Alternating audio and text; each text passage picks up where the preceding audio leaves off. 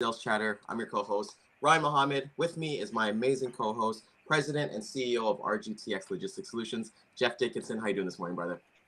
Good, my man. How is everybody doing this morning? We're awesome. We've got an amazing jam-packed episode. We've got Ken Adamo, Chief of Analytics at DAT Solutions, filling in Morning. for Dean Croak this today. So let's get started, guys. We've got a lot to talk about. Let's do this.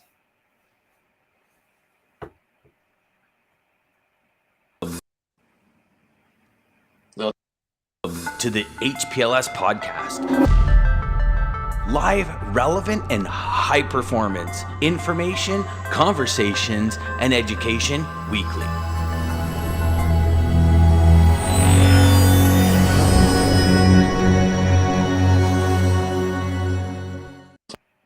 Do gotta apologize. That's my internet's not working so well today, so we're streaming from LTE. So shout out to Rogers Internet if you're in Toronto. Another letdown from Rogers Internet. But let's get started here.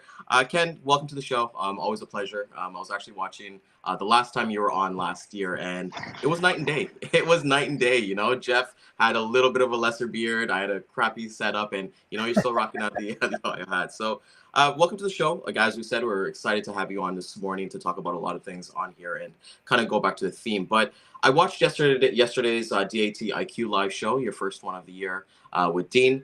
Can you guys give a little bit of a rundown of what you guys kind of talked about yesterday, and we could kind of get started from there? Yeah, I think the big story that we talked about yesterday was surprisingly strong finish to the year. I think the quote I used yesterday was rumors of the demise of peak were greatly exaggerated. Those last few weeks of 2022 saw some freight moving around, some relief on fuel prices, which I'm sure was very well received from carriers.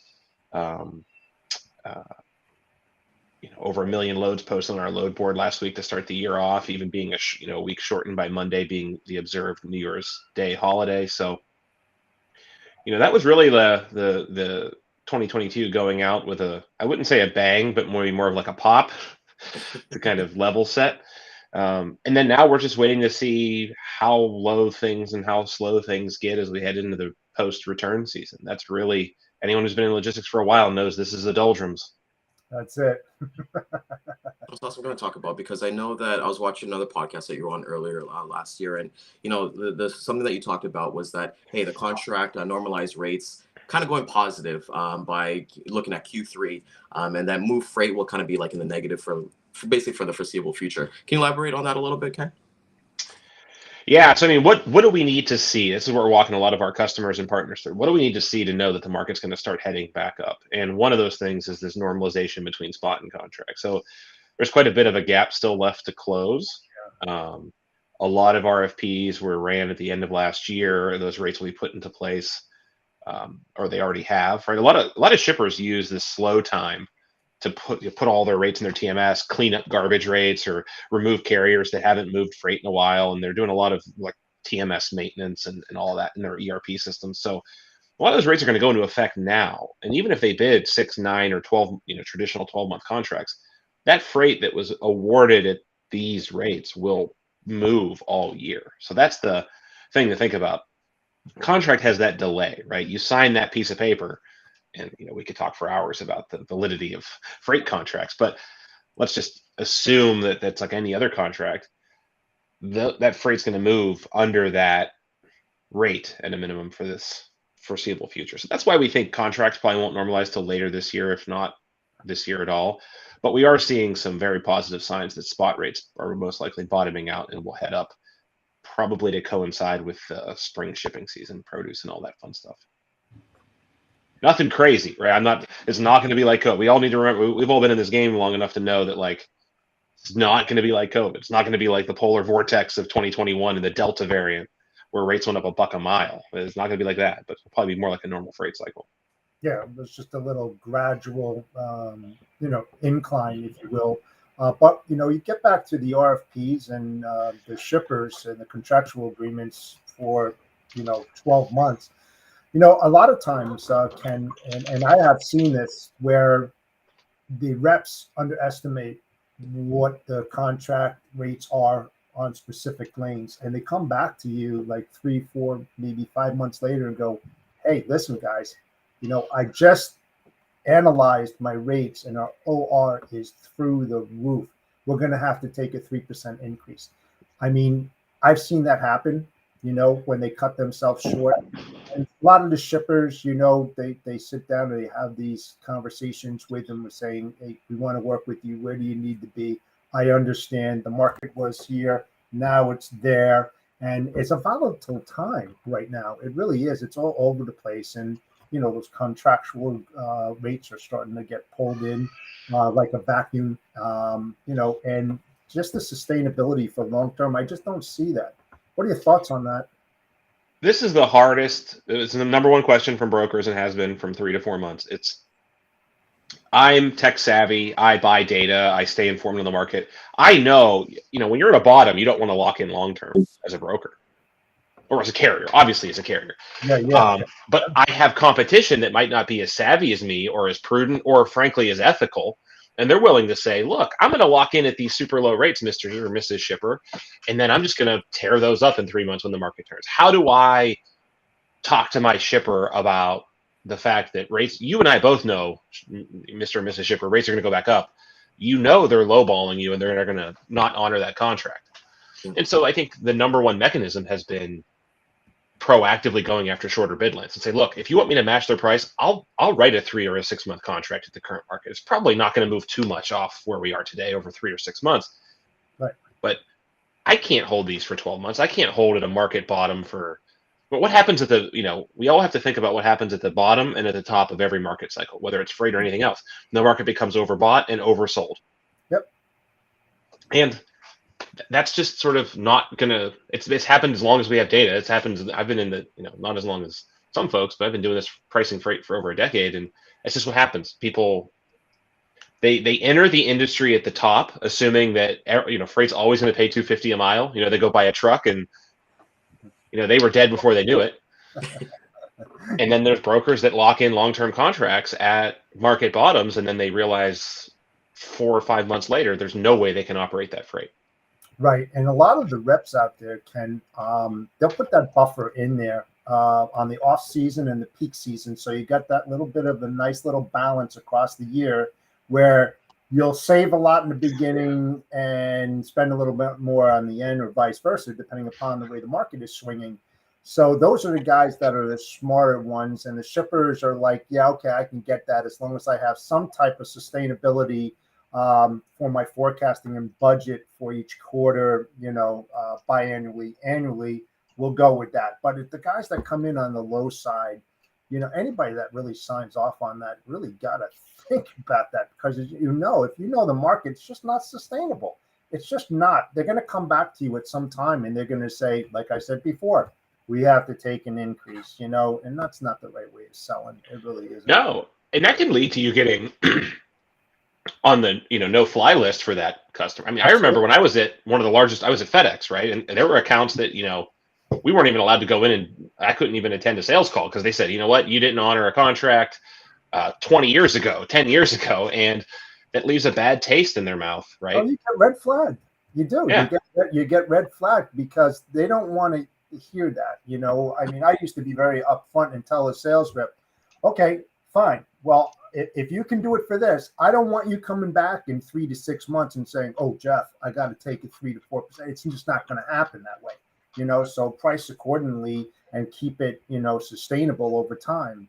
And I just seen it over the years, Ken, that a lot of them don't do that. They just go for the quick kill, as I say, and then they eat their words. Yeah.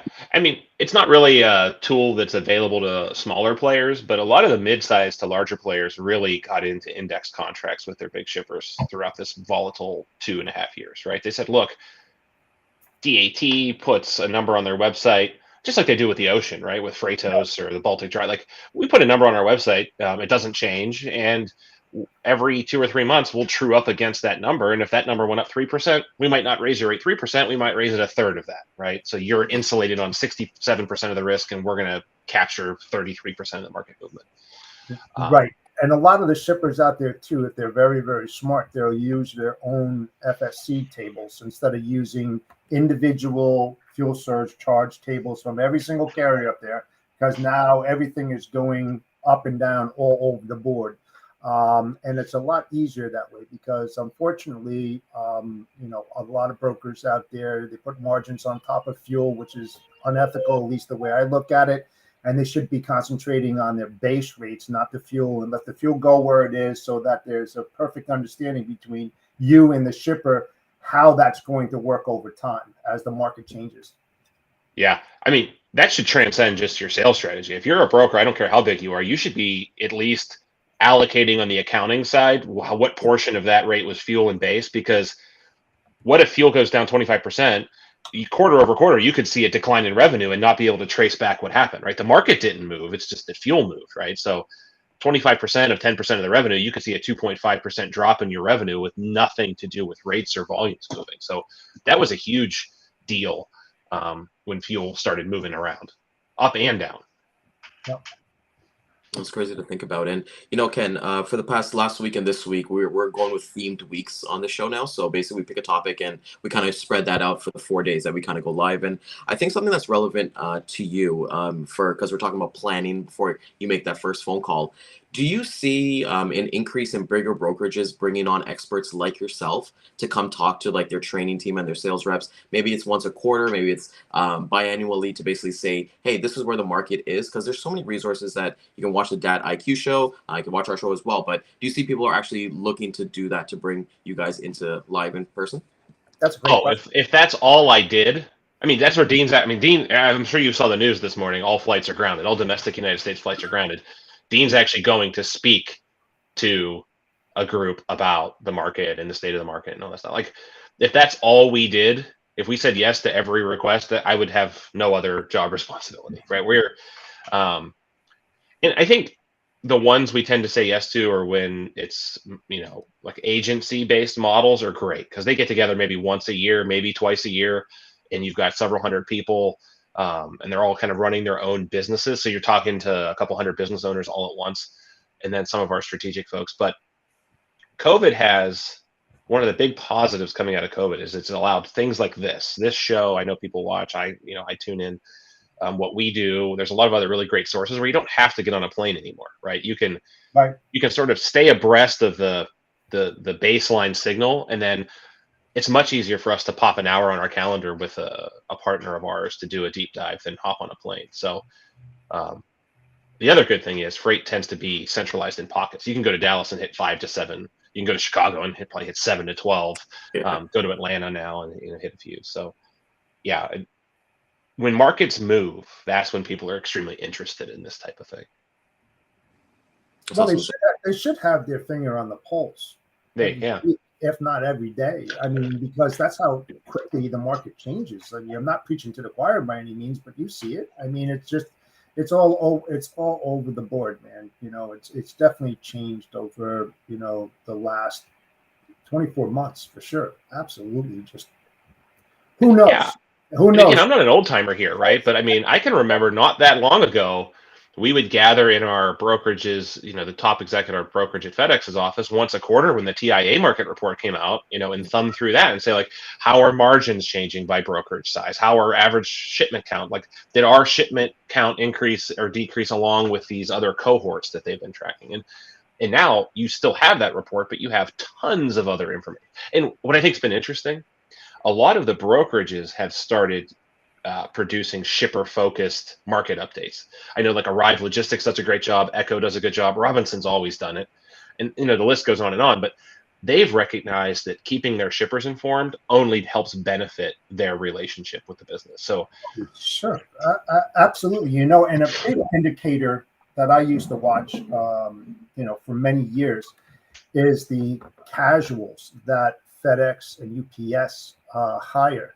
And when you don't see that huge hiring spree, you know that there's something wrong that's going on there, because especially over the Christmas season, man, they're hiring those casuals, getting in there. Packages are going like wild. They're doing about, I think, 119 stops a day per driver. And all of a sudden it starts falling out. The volumes are falling through the floorboards.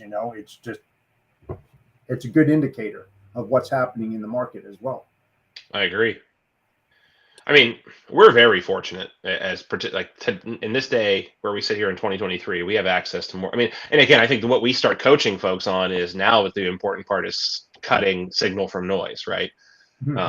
Making sure you're not getting the wrong information or kind of analysis paralysis, right? I mean, once you've get into the groove of what information you need to kind of, you're not going to make huge course corrections on your strategy week to week, right? Your strategy should be rather stable, and then you're pivoting more of the tactical differences you might want to make day over day, week over week, and maybe revisit your strategy once a quarter, once a half, that kind of thing.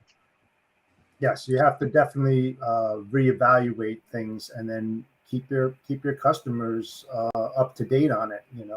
Lack of communication is a killer, especially in this market right now. And don't be afraid to have that conversation with your customers and saying, we have to take an increase. I mean, I did one at the beginning of the year that I had an increase over $1,000. I was like, this person's not going to go with it.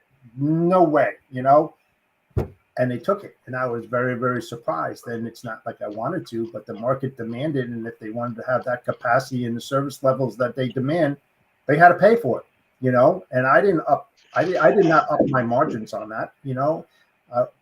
I had to do what I had to do, but I also had to say what I had to say. And those are the honest conversations that you have to have with your customers. Yeah, I mean, I think a lot of this, and again, I think it's just to fill dead air, but a lot of the sense around like shippers taking revenge and all of this and that is not what I've observed in the market, right? I think shippers by and large are pleased that service has returned to somewhat normal levels. They're very interested in protecting that service. Sure. They're, of course, going to want to take advantage of the cost concessions that the market's affording them right now. But I certainly don't think there's any kind of overreaching of cost mitigation happening at the shipper level. What we are seeing that I think is extremely interesting, it's more of like a romantic fallacy that these shippers dip their toe into the spot market, right? That there's like these pools of traffic managers that have nothing better to do but like once every 2 years to go move spot freight, right? Yeah. That's what we are seeing though, killer, because what happens is it shows no loyalty to their carrier base that they have on board. And so when they get into a pinch and they need those carriers to come back on board, the first thing they're going to say is, well, what the hell have you done for me lately? You kicked me to the curb. You went to the spot market. I know it because you're going for the cheaper rates. And now you want me to come back to help you with capacity. Yeah, it's kind of good from there. But it's a great topic that you brought up, because actually yesterday my team and I, we had a call with a company that's one of our customers that they do $1 billion. Their revenue is over $1 billion, and they were saying the same thing. Like, we had that conversation saying that he's churned through so many carriers, and it's like, why would you waste your time kind of doing that, right? And it's just like, hey, I actually brought up the line, and we're kind of coming back to even stuff that we're talking about, is that like, hey, I hate making calls as much as you hate receiving them. So let's work together. Let's see where we can kind of go from there. And, as we're kind of talking about like the different shippers and things like that coming into it, it's like, okay, well, let me be a resource rather than being an order taker. And that's where you're going to kind of have that conversation. But Ken, I got a question for you. I don't know if you guys have kind of answered it yet on DAT or had internal conversations, but something that's fascinating to me, Ken, is really AI.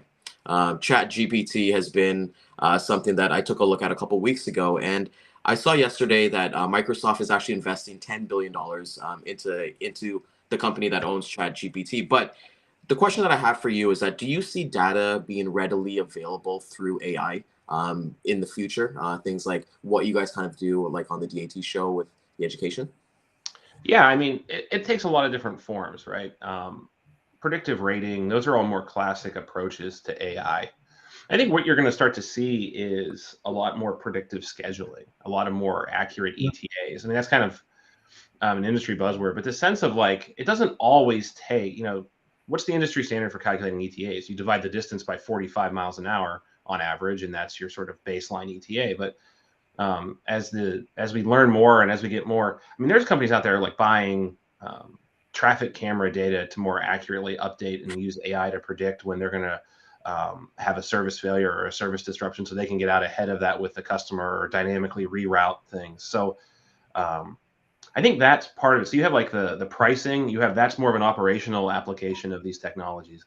And then on the customer service side, I mean, that's where that industry hasn't really taken a huge leap forward since like the nuances of the world. If you're not familiar, that's the companies like when you call 1-800 go FedEx, the voice robot that answers your question, and instead of the press one, right? Yeah. But what you're finding is, as people are, as younger folks are coming into supply chain, they like online chat perhaps more than they like picking up the phone and calling. I mean, I know that how often I probably talk on the phone 2 or 3 days a week, tops 2 or 3 times a week, but I'll text and I'll chat. And if an online retailer has an option for an online chat versus an email or a call, I'm going to pick the chat 100 out of 100 times. So then you have like that communication and internal efficiency piece. Just like with driverless, though, I think there's a level of complexity in freight that doesn't exist as much in parcel, and certainly not in personal transportation, right? So it's like always the difference between Uber and Lyft and then Uber Freight, right? Those are very different paradigms, and they're much harder to do, I feel. Like the level of automation will be more frictious than with small package and with personal transportation. Yeah, and you know what? Just to add on that, there's so many different things with AI. First of all, you're talking about the predictability and ETAs and everything like that. The one thing that a lot of people forget is the act of God. Nobody has control over that, and that's unpredictable. You can't control that. When it happens, it happens. And of course, that throws a monkey wrench into the ETA statistics and blows that, kind of like out the door. But the other thing is when you get into FedEx and UPS and you're looking at final mile deliveries and the physical aspect of taking that package and putting it on that doorstep, I don't believe autonomy AI vehicles doing that kind of work. We're far from that because you physically have to take that package out of that box truck and walk it up to the door to put it on that, So getting it to that address, yes. Another thing, how are they going to get it out? It's the same thing with loading on warehouses, until they have some type of apparatus that can go from pick the inventory, go down a track into the truck and load the truck, and then the truck takes off. It's like, okay, what about liftgate deliveries and all of that kind of stuff? Who's going to do that? Where's the person? Are they going to stop white glove deliveries and inside deliveries? I mean, there's just a lot of things that you have to take into consideration when you're developing this new type of technology. That maybe they are, but we haven't really heard too much about that. Yeah, I will say, especially on the shipper side, because shippers to shipper, like when you think introspectively, a shipper doesn't think of themselves as a shipper. It's the biggest thing we struggle with here with like marketing and with sales and all that stuff. It's like Coca-Cola is a beverage producer. I mean, if you really kind of take them out for drinks, they're really a marketing company, right? They don't even, there's like all the intricacies of the bottle. But regardless, you got to realize like they have probably 50 systems they're dealing with. Their TMS, their WMS,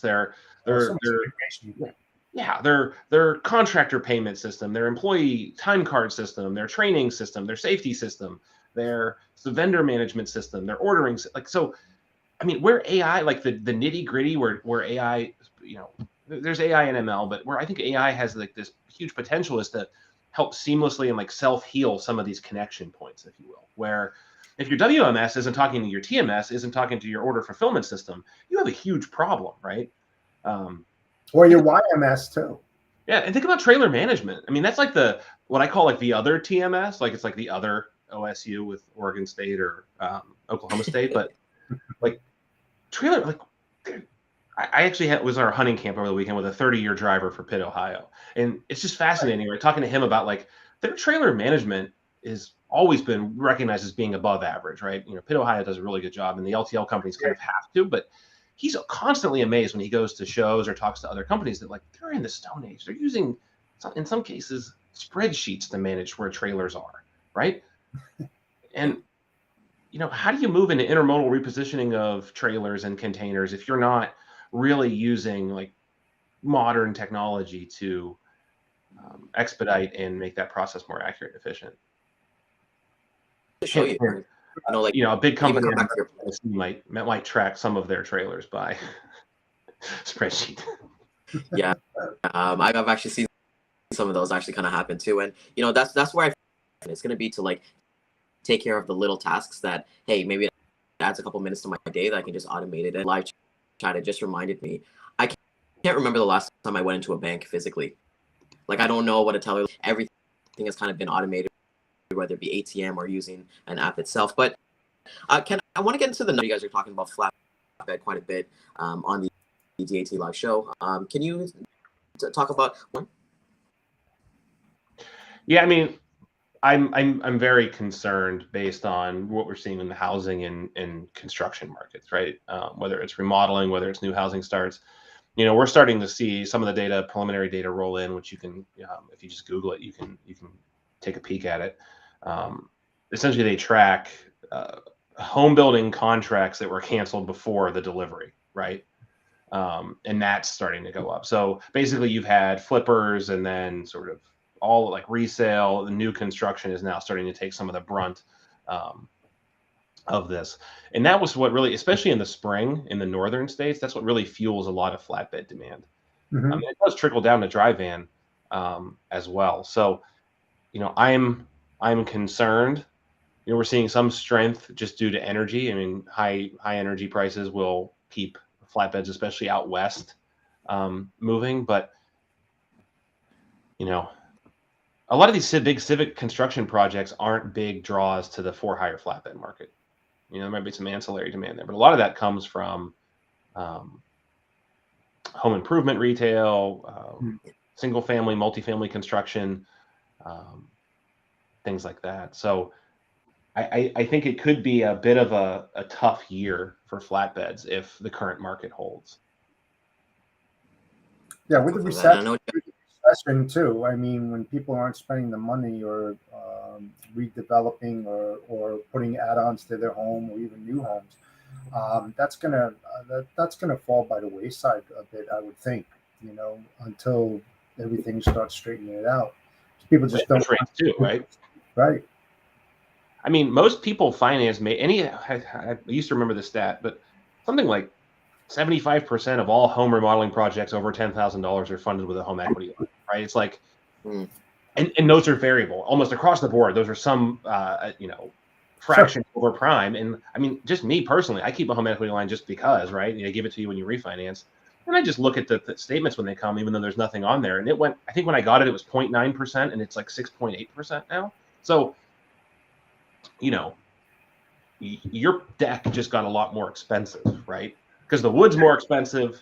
I just saw this morning on the morning CNBC that beer prices are like egg price. So inflation and interest rates are like a universal pressure, and that pressure disproportionately affects flatbeds because flatbeds are traditionally hauling more durable type goods or into capital goods than dry van. I think people tend to go further down the price chain whenever things get tight, which is why I think you still saw a very healthy retail shopping season. But my guess is when the data shakes out, you'll see an average, you'll see the cost per sale over this retail lower than years prior, even though inflation was up, just because people were buying more cheaper things, if that makes sense.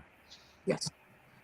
I've always kind of said, like even you go to one of the saddest stories that I kind of see is that you see people doing their full grocery shop, like the Dollar Tree or like the Dollarama here in Toronto. It's just they've got to buy those cheaper things, right? And when it comes to talking about home improvement here in Toronto, like I if I was to switch the camera, there's like 14 trucks right now working. So there's still kind of that the housing market's still here on fire and things like that. And Jeff, I know you do pipe out of I think Houston. I think you said, has that kind of been related with you?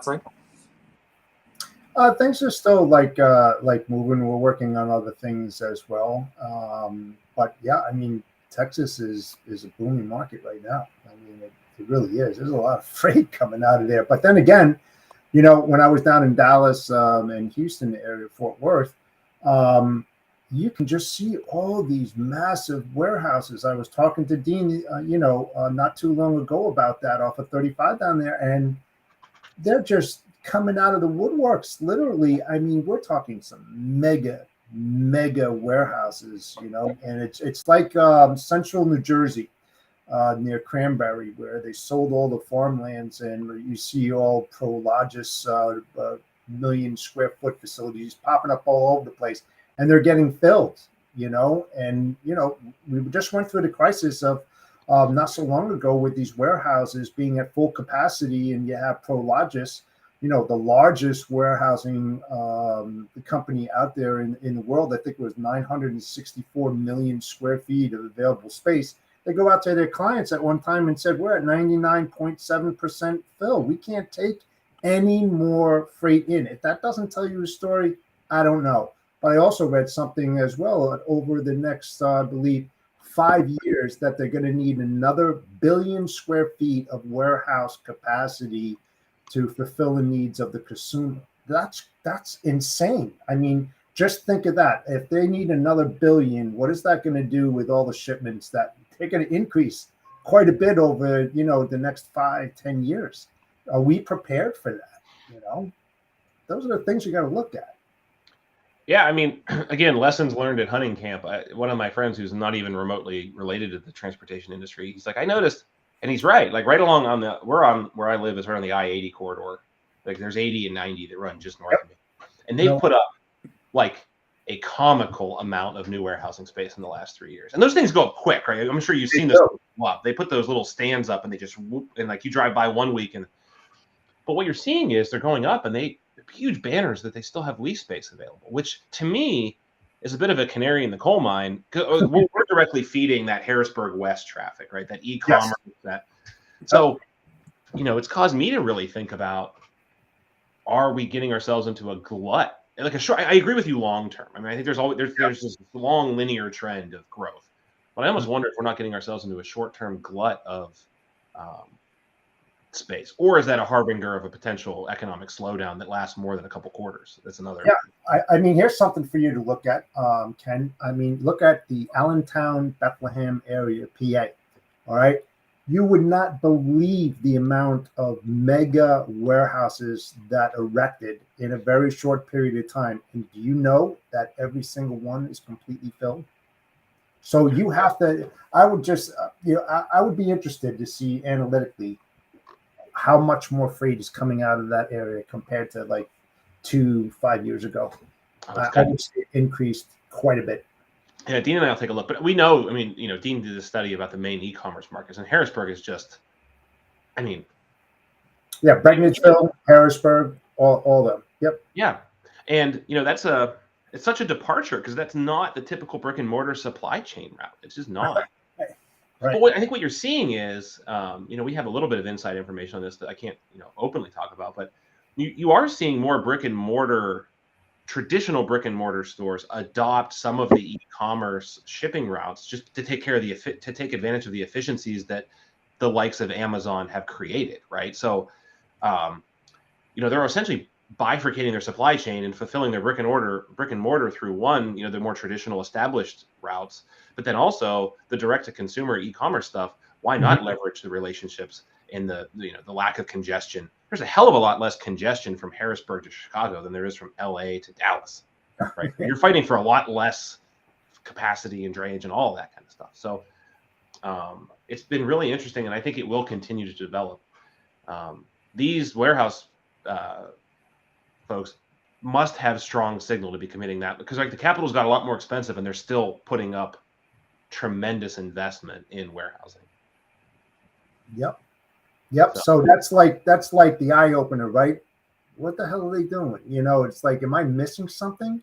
When is this influx of freight going to actually come into these facilities, and what does that mean for the infrastructure? I mean, a lot of people out there, they always put the cart before the horse, and they don't think about the alternatives and what's going to happen when this all evolves. I like looking at the what if scenarios. Okay, so if we do this, how is it going to impact everything else that we touched, all the touch points, right? And I'm just amazed like I said, I can't put more emphasis on it. I mean, these are big 100 to 200 door facilities. They're not small. They're not small. And the other thing too is that the brick and mortars at the malls, I think what happened is that during the pandemic, a lot of people got used to online purchasing and going to the Amazons and buying things like that. And they finally realized, you know what, I really don't have to go to a mall or a brick and mortar to go buy my stuff. And I'm getting it quicker. I don't have to waste all my time, all the gas, to go and do so. And I still believe that we're going to see those brick and mortars and those big malls start depleting, and that there'll be a lot more online purchasing just because the ease of doing business and the free returns, and they have free shipping. Yeah, right. I mean, I think you hit the nail on the head with the returns, because delivery density is the main. So when people talk about e-commerce, like the people outside the industry don't understand exactly. They parrot the fact that e-commerce is more expensive than brick and mortar. But what the real reason it is that we all know is delivery density is a fraction of what it is, right? If you're bringing a 53-foot trailer of Xboxes to Walmart versus delivering God knows how many could fit back there to God knows how many homes, delivery density just mushrooms, right? But what they've solved, and I can just speak from personal experience with my wife. I mean, she'll buy a shirt in 5 different colors and 3 different sizes of each. It's 15 shirts. Try them all on at home.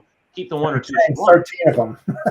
But instead of having to ship all of those back from her doorstep, she can go to Kohl's or CVS or exactly do returns.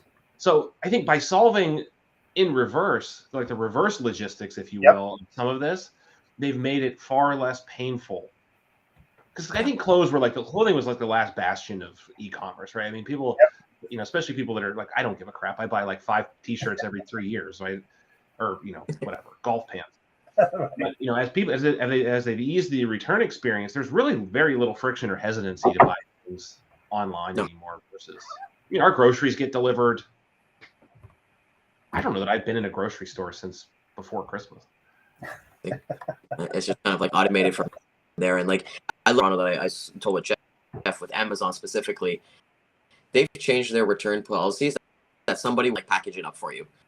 You literally just got to give them the box completely open, and they'll seal it up and actually get your refund back the same day instead of waiting that 5 to 10 business days. And that's what we're seeing here in Toronto. And I think things and understand why that's kind of happening, Ken. I like that you kind of said that, hey, clothing, which is being one of the biggest things that people usually have a little bit of a pull for. Jeff, you said that we're seeing that they are closing down, and then condos are coming up because of it. So it's like relocation right now from there. So that was a great point. You both actually kind of mentioned that. Yeah. And when you think about more online buying and home delivery and everything, going back to those automated vehicles and stuff, what are they going to do on the last mile and inside delivery and doorstep deliveries? I mean, I think we're far away from that until they figure it out. How is that going to evolve? I mean, seriously, how is that going to evolve? When you go from just arbitrary number, you go from 1 million packages to 15 million. How are you going to handle it? I mean, it's just, how are you going to handle those inside deliveries and doorstep deliveries? Well, I don't think that becomes automated. I don't think that becomes automated because we're not talking about automated. Like it's all contractors, right? So they're not actually employees of Amazon. They just rent the U-Haul trucks and actually make a profitable business about it. But I think I used to sell appliances when I was in high school, and the difference now, I mean, our washer and dryer, like, Murphy's Law, crapped out. We got 3 kids, crapped out like the week before Christmas. So I had to buy whatever, I went to like 10 different websites, and whoever had whatever in stock, whatever color it was, I bought it. And it was handled by RXO, and the experience was like light years ahead of what it was whenever you'd sell a washer dryer at Lowe's or Sears 10 years ago, 20 years ago, right? It's like constant communication via text. Your driver, the things arrived at our local. We're going to load it up. You're the 3rd in line for delivery tomorrow. We'll text you when you're 2nd and then 1st. And then here's a live tracking of the driver as they're coming to your house. Like, what the heck? Well, and that's the downfall of Sears. I mean, look how many of their service centers and stores that they closed down because. Look, do you remember the Sears catalog? It was the go-to. It was what people did. They had a huge, 1.7 million square foot facility, I think in Torrance or Compton, someplace out there a long time ago. and they didn't want to go to the internet. Just imagine if they went to the internet and they put that catalog, where they would be today and how much money they would have made, but they didn't do that.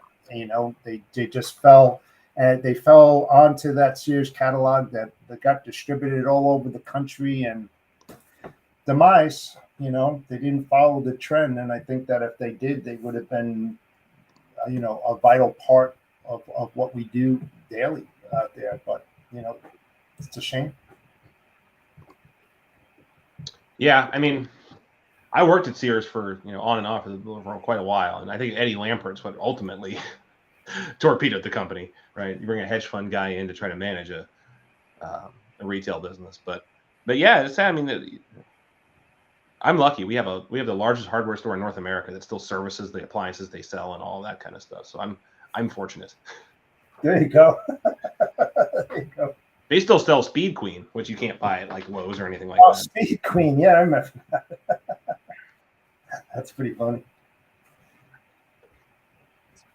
I'll talk about there. Talking about the consumer impacts and things like that.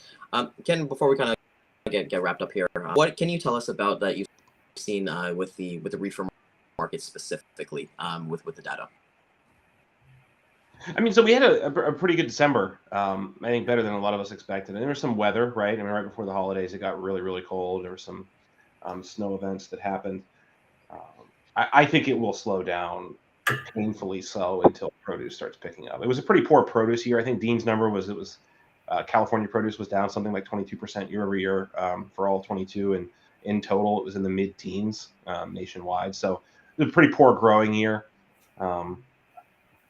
Weather-wise, not ideal. California droughts, which maybe some of this rain is going to help rectify some of that. But most of the reefer folks I talked to are optimistic that this year is going to be a bit of a.